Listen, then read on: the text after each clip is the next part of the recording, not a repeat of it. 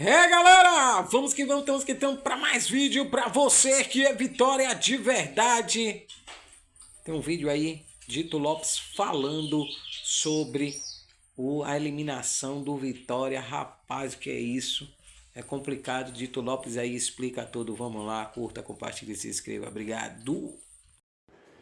Olá, bom dia minha gente, um abraço a todos, satisfação, prazer, né, renovado, que bom voltar a fazer nossos vídeos. Voltamos ao futebol, né, depois dessa parada aí de quase um mês, estamos voltando agora, mas infelizmente para falar de uma tragédia que aconteceu ontem no estádio do Barradão. Não que o resultado do Vitória contra o Confiança seja um resultado assim que é um absurdo, uma coisa extraterrestre. Não é. Não é, porque o Vitória já vem aprontando há muito tempo nessa situação negativa.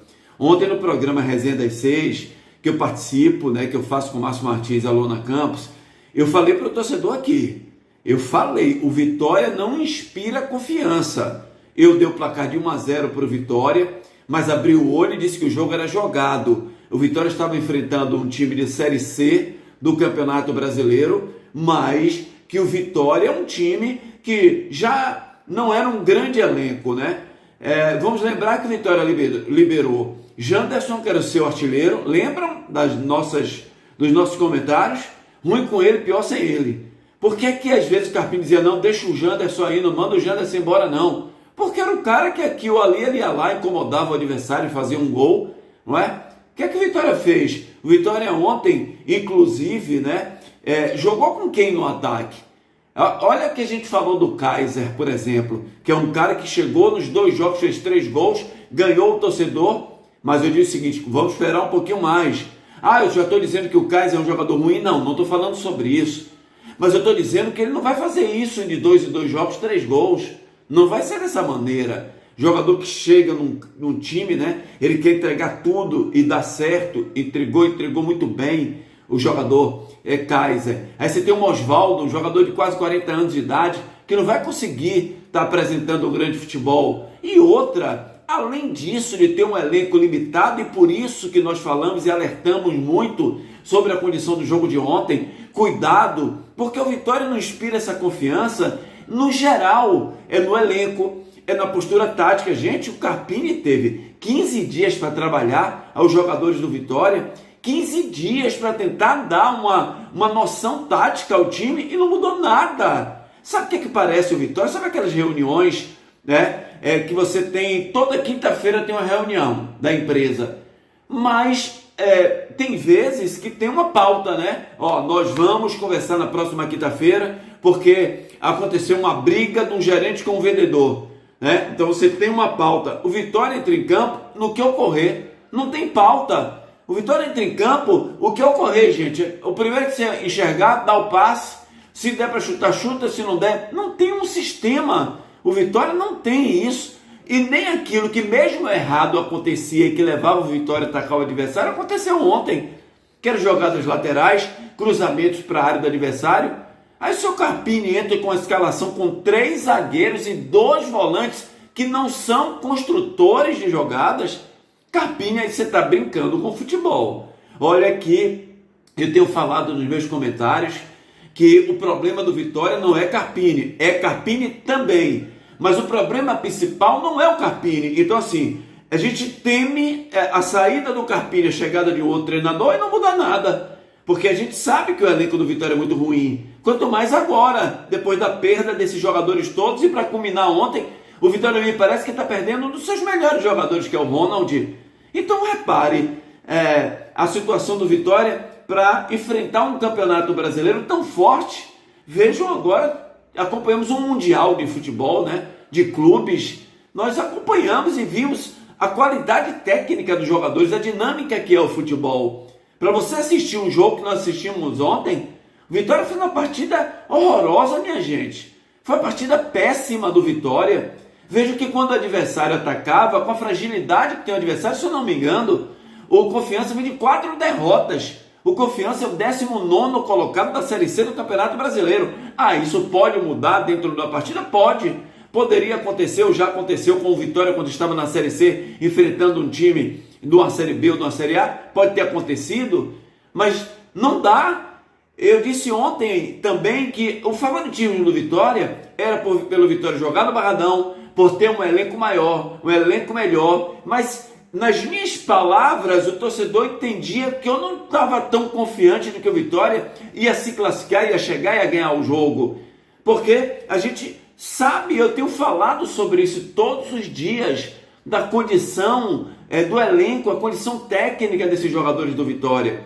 Hoje, minha gente, o Vitória tem um time de no máximo ainda a Série B do Brasileiro, e eu tenho falado sem medo, e quando eu dou as notas, eu digo que o Vitória é nota 4, é nota 5 no máximo. Eu digo o seguinte, e o Carpini ontem foi taxativo quanto a isso, e eu acho que ele está certo nesse ponto, de que o Vitória não precisa trazer 10 jogadores, o Vitória precisa trazer a metade, 5, mas jogadores de qualidade, jogadores nota 8, para enxertar com esses que estão aí de nota 4, para aumentar a média. Você precisa ter um equilíbrio dentro do time de futebol. E o Vitória ontem foi trágico, foi triste, porque o Vitória não defendeu bem, o Vitória não construiu. E como é que vai construir com 3 zagueiros e 2 volantes, que não tem construção de jogadas? E o Carpini defendeu.